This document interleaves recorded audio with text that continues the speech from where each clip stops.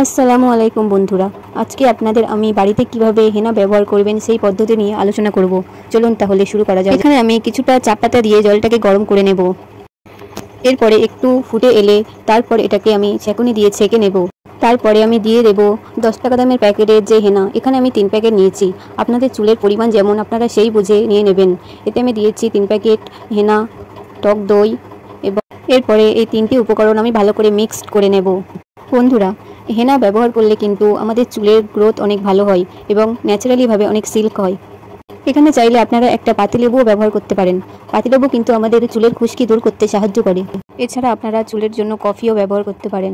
কফিও কিন্তু আমাদের চুলের জন্য অনেক উপকারী। এছাড়া আপনারা কফিও ব্যবহার করতে পারেন। কফিও কিন্তু চুলের জন্য খুব উপকারী। এবার এটিকে নিয়ে আমি ছাদে চলে এসেছি চুলে ব্যবহার করব বলে। এটিকে ব্যবহার করার আগে আপনারা চুলটাকে ভালো করে আঁচড়ে নেবেন। এরপর হেনাটাকে আমি আমার চুলে ভালো করে লাগিয়ে নেব এবং আপনারা হেনা লাগানোর সঙ্গে সঙ্গে আপনারা চুলটা ধুয়ে ফেলবেন না।